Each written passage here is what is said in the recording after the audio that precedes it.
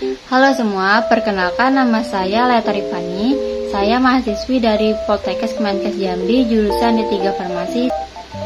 Umur saya tahun ini 19 tahun. Kali ini saya akan membahas tentang seks bebas. Belakangan ini saya sering melihat VT dari Dr. Amira SPOG yang membahas tentang dampak dari seks bebas pada usia dini serta resiko-resikonya.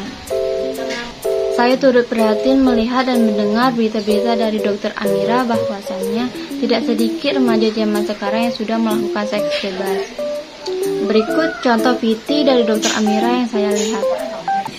Nah, cerita pasien, seorang nona datang ya dengan didampingi oleh ibunya, datang dengan hamil kedua, umur 17 tahun loh nonanya ya.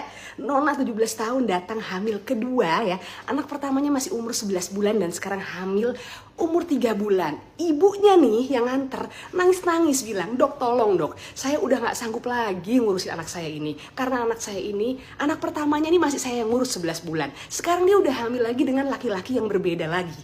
Dan yang lebih menyedihkan, kehamilan ini setelah kita periksa, pasiennya terdapat sifilis reaktif ya, atau hamil dengan sifilis. Ini kasusnya lagi meningkat pesat di Indonesia ya.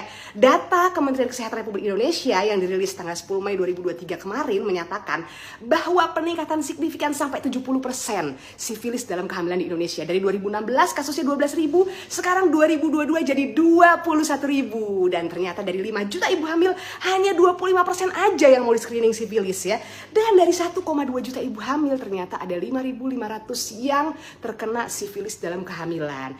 Ini bahaya banget loh ya, karena sifilis itu bukan hanya berefek pada ibunya. Ibunya bisa sampai kerusakan otak ya, saraf-saraf, dan bayinya juga bisa keguguran, bisa lahir prematur, berat bayi lahir rendah ya. Juga bisa ada namanya kelainan kongenital yang disebabkan oleh sifilis, bisa buta, bisa tuli, dan itu bahaya banget buat ibu dan bayi ya, karena penularannya juga lewat plasenta ya, dan jelas ibunya harus diterapi. Jadi makanya triple eliminasi yang dilakukan pada waktu perempuan itu hamil di puskesmas gratis di seluruh Indonesia itu penting banget. Jadi untuk para ibu hamil harus langsung segera datang ke puskesmas begitu hamil untuk periksa HBsAg, sifilis ya, HIV. Tentunya lebih baik lagi kalau sebelum nikah diperiksa, itu lebih bagus lagi. Dan yang periksa nggak cuma perempuannya aja, sebelum nikah juga laki-laki atau pasangannya harus diperiksa biar terbuka semuanya dan tidak ada dusta di antara kita ya. Jadi nih intinya poinnya di sini adalah pengobatan sifilis. Pengobatan sifilis, begitu kita tahu kena sifilis nggak usah takut ya, nggak usah stres dulu, bisa diobati. Dan yang penting harus jaga perilaku lah. Jangan hubungan lagi ganti-ganti partner seks. Yang laki-laki berubah, yang perempuan juga berubah. Apalagi pada kasus saya ini, perempuannya belum menikah dan dua laki-laki berbeda. Jadi artinya jelas bahwa penyebab sifilis ini adalah karena penyebarannya lewat hubungan seksual, baik perempuan ke laki-laki atau laki-laki ke perempuan ya. Dan penyebabnya adalah bakteri Treponema pallidum ya. Ini jelas banget ya, harus dicegah. Bisa banget dicegah dengan cara kita memperbaiki pola hidup kita sebagai seorang perempuan, menjaga kehormatan, menjaga kemarwahan. Ingat kembali bahwa apabila kita ternodai, ada orang tua kita yang sakit hati, yang tidak terima. Laki-lakinya mungkin tidak bertanggung jawab, tapi ingat, di mata Tuhan tetap ada pertanggungjawaban yang luar biasa. Dan jangan lupa juga para laki-laki nih, kalian itu dilahirkan dari rahim seorang wanita. Jadi hormatilah wanita dengan cara apa? Dengan cara tidak menodainya. Oke? Jadi pengobatan sifilis adalah nanti kalau terkena sifilis pada saat hamil langsung disuntikan injeksi benzathine penisilin 2,4 juta unit ya, sebanyak 3 kali setiap seminggu sekali. Jadi seminggu sekali sebanyak 3 kali 3 minggu di bokong atau di pantat intramuskular. Tujuannya agar apa? Agar tidak terjadi penularan ke bayinya lewat plasenta itu ya. Jadi waktu nanti bayinya lahir juga akan disuntikin sama dokter anak ya. Jadi nggak masalah kalau misalkan dari awal ketahuan sifilis atau nanti di tengah-tengah kehamilan, nggak usah takut ya, nggak usah merasa stres, nggak usah malah kabur dari kenyataan, tapi malah larilah mencari pengobatan yang terbaik. Oke, Dokter Amira, Fafa Borat, dadah, love you all. Kaget dan sangat sedih, rupanya remaja zaman sekarang sudah banyak yang melakukan seks bebas hingga mengidap penyakit sifilis, gonore, HIV, serta penyakit kelamin lainnya. Ngomong-ngomong tentang seks bebas, apa sih itu seks bebas? Seks bebas adalah segala tingkah laku yang didorong oleh hasrat seksual terhadap lawan jenis maupun sesama jenis yang dilakukan di luar hubungan pernikahan dan bertentangan dengan norma-norma tingkah laku seksual dalam masyarakat yang tidak bisa diterima secara umum. Perilaku seks bebas memiliki beberapa macam bentuk, yaitu hubungan seks bebas, kumpul kebo, pelacuran, gigolo, homoseksual, serta pelecehan seksual. Siapa sih yang paling dirugikan ketika melakukan seks bebas? Wanita disebut sebagai pihak yang paling dirugikan jika melakukan seks pernikahan tanpa komitmen jangka panjang. Dari seks bebas tersebut pastinya menimbulkan banyak dampak negatif yang sangat merugikan. Penyakit fisik yang ditimbulkan oleh seks bebas yaitu yang pertama sifilis. Sifilis adalah infeksi bakteri yang biasanya menyebar melalui kontak seksual dan dimulai dengan luka tanpa rasa sakit. Tahap pertama melibatkan luka tanpa rasa sakit pada alat kelamin, dubur, atau mulut. Setelah sakit awal sembuh, tahap kedua ditandai dengan ruam. Kemudian tidak ada gejala sampai tahap akhir yang mungkin terjadi beberapa tahun kemudian.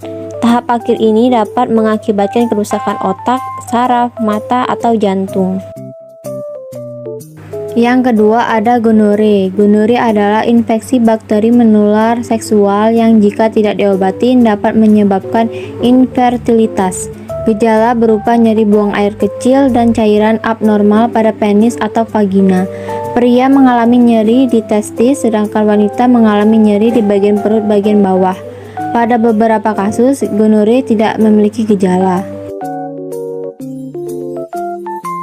Yang ketiga, kutil kelamin. Suatu benjolan kecil pada alat kelamin disebabkan oleh infeksi menular seksual umum. Karakteristik gejalanya yaitu ada benjolan kecil pada kelamin.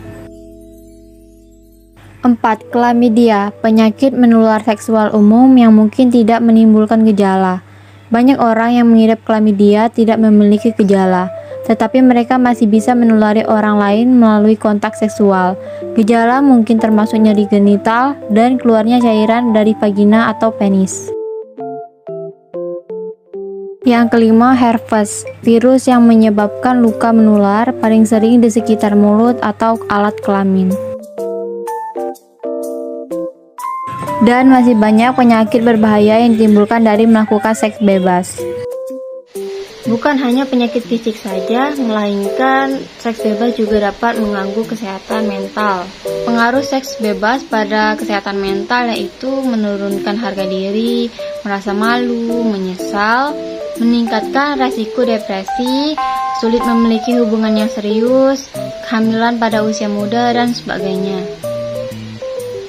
Faktor-faktor dari seks bebas antaranya pengandalian diri yang rendah, rendahnya kesadaran diri remaja tentang bahaya pergaulan bebas, nilai-nilai keagamaan cenderung kurang, gaya hidup yang buruk, rendahnya tingkat pendidikan keluarga, lingkungan keluarga yang kurang harmonis, kurangnya perhatian orang tua, pengaruh teman sebaya, dan pengaruh internet. Ada pula cara menghindari seks bebas yaitu dengan cara memperkuat nilai keagamaan. Peran orang tua dan keluarga sangatlah diperlukan untuk membentuk dan menanamkan nilai keagamaan, membangun komunikasi terbuka antara orang tua dan anak, mengenali lingkungan pergaulan anak, memberi kesibukan positif, menerapkan aturan yang bijak dan tegas. Itulah teman-teman, pengertian, faktor, dampak, dan cara menghindari dari seks bebas tersebut. Sepenting itu dalam menjaga pergaulan pertemanan, lingkungan mulai dari sekarang. Semoga kita semua berada pada lingkungan pertemanan yang benar dan sehat. Terima kasih sudah menonton.